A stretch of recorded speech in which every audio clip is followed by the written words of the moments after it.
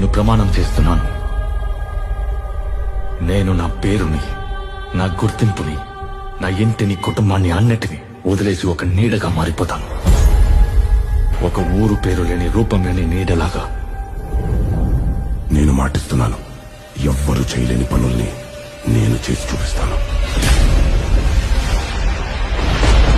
ఎవ్వరూ పోరాడలేని యుద్ధాన్ని నేను పోరాడతాను.